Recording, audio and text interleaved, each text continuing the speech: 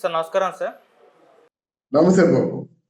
Sir Pawan Kalyan గారు అంటే కోనసీమకు తెలంగాణ వాళ్ళ దిష్టి తగిలిందని చెప్పేసి మొన్న స్టేట్మెంట్ ఇవ్వడం అనేది ఇప్పుడు వివాదాస్పదంగా మారింది. అంటే ఇక్కడ తెలంగాణలో కాంగ్రెస్ ఎమ్మెల్యేలు గావచ్చు, లేకుంటే బీఆర్ఎస్ ఎమ్మెల్యేలు గావచ్చు క్షమాపణ కోరుతున్నారు పవన్ కళ్యాణ్ గారి దగ్గర నుంచి. ఈ వ్యాఖ్యలు కరెక్ట్ కాదు. పవన్ కళ్యాణ్ గారికి క్షమాపణ చెప్పాల్సిందే అని అంటున్నారు. సో ఎలా చూస్తారు సార్ పవన్ కళ్యాణ్ గారి కామెంట్స్‌ని మీరు? అంటే పవన్ కళ్యాణ్ చాలా క్యాజువల్‌గా అన్న మాటది. అంటే తూర్పు గోదావరి జిల్లాలో ఉన్న ప్రజలందరూ నా ప్రజలు. ఇది నా కుటుంబం. కుటుంబం దగ్గరికి వచ్చినప్పుడు కొంచెం ఓపెన్ అప్ అవుతారన్నమాట.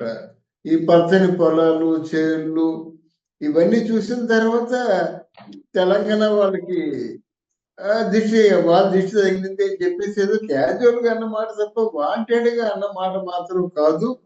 ఈరోజు రాజకీయాలు ఏమైపోయిందంటే దుర్బిని వేసి వెతుకుతున్నారు.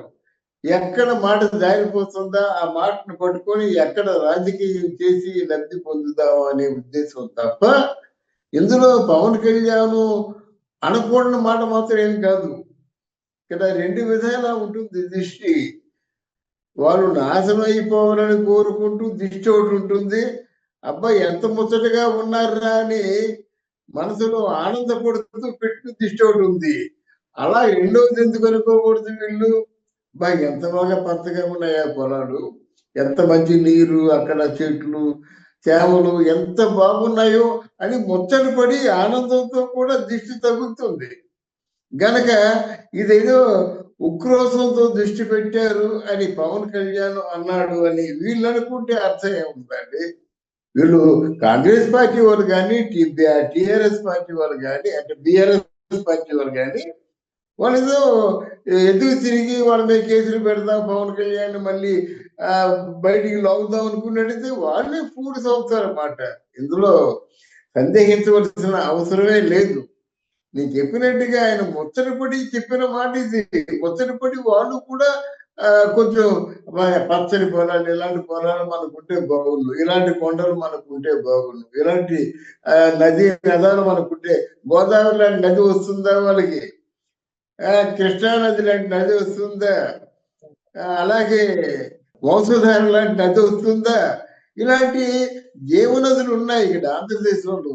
ఎవరైనా చూసి ముచ్చట పడతారు, ఎవరైనా చూసి ఆహ్లాదకరంగా ఉన్నాయని సంతోషపడతారు. అలా సంతోషపడతారు అనే దృష్టితో అన్న మాటగా చెప్పొచ్చు కదా. అందువల్ల అది కేవలం గోరంతలు కొండంతలు చేసి దాన్ని భూతంలో చూపించి ఏదో ఒక భూత అర్థాన్ని వచ్చేలా మాట్లాడటం మాత్రం ఎంత మాత్రం సమంజసం కాదు. ఇక రెండవది, ఇక పవన్ కళ్యాణ్ తెలంగాణలో ఆయన తాలూకు రెస్పాన్స్, ఆయన మాకు ఉపన్యాసాల రెస్పాన్స్, ఆయన వస్తే రెస్పాన్స్, ఆయన మీటింగ్లకి రెస్పాన్స్ ఉంటుంది కానీ రాజకీయ పరంగా మాత్రం ఆయనకి రెస్పాన్స్ లేదనే విషయం గత ఎన్నికల్లో తెలిసిపోయింది. 9 నియోజకవర్గాల్లో పోటీ చేసినట్టయితే మొత్తం 9, 8 నాట్ సో ష్యూర్. అయితే మొత్తం పోటీ చేసినటువంటి నియోజకవర్గాలన్నింటిలో కూడా ఫెయిల్ అయిపోయాడు. ఇక్కడ అభిమానం వేరు, క్రౌడ్ పుల్లింగ్ వేరు, ఎన్నికల్లో నెగ్గడం వేరు. కనుక ఇక్కడ అభిమానం క్రౌడ్ పుల్లింగ్ అయితే ఉంది కానీ ఎన్నికల్లో నెగ్గడం సహజంగా జరగదు. దీనికో చిన్న అనుభవం చెప్తా. నేను మద్రాసులో ఉంటుండగా ఎన్నికలు వచ్చాయి. అప్పుడు దేశం అంతా ఇందిరాగాంధీ వచ్చి అక్కడ ఒక కర్ర బొమ్మని నిల్చోబెట్టినట్టయితే ఆ కర్ర బొమ్మ అత్యధిక మెజార్టీతో గెలిచేసేది అన్నమాట. అటువంటి పరిస్థితుల్లో తమిళనాడులో ఎక్కువ మంది అభిమాన సంఘాలు ఉన్నటువంటి స్టార్ ఎవరైనా ఉన్నారంటే అనుకుంటారు అందరూ అప్పుడు ఎంజీఆర్ అని. కానీ ఎంజీఆర్ కంటే శివాజీ గణేశునికే దగ్గర 3000 అభిమాన సంఘాలు ఉండేవి అప్పుడు. తర్వాత అందరికీ పెరిగిపోయి కానీ మొదట్లో ఎక్కువ అభిమాన సంఘాలు మాత్రం శివాజీ గణేశునికే ఉండేవి.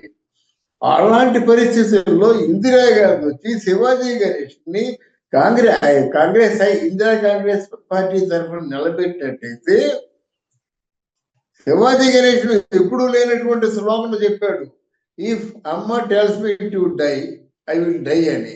అమ్మ నన్ను చచ్చిపోమంటే చచ్చిపోతాను అని అంత ఒక దృఢమైనటువంటి స్టేట్మెంట్ ఇచ్చాడు.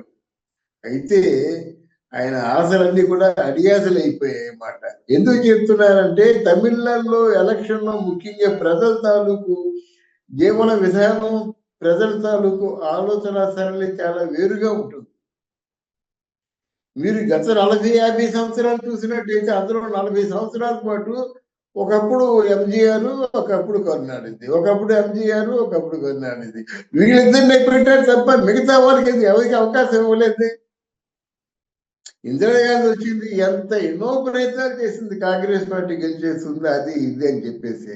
లేదు, డిఎంకే అన్న డిఎంకే అంటే ప్రజల తాలూకు అంత గట్టి అంటే దృఢమైనటువంటి అభిప్రాయం మాట. వస్తే ఏడిఎంకే రావాలి, లేదా డిఎంకే రావాలి. మధ్యలో పాపం విజయ్ కుమార్ వచ్చాడు.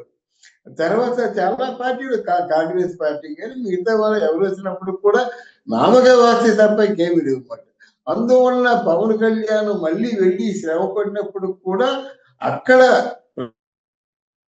పవన్ కళ్యాణ్ కి వనగూరే ప్రయోజనం శూన్యం అని నా ఉద్దేశం, వ్యక్తిగతమైన అభిప్రాయం.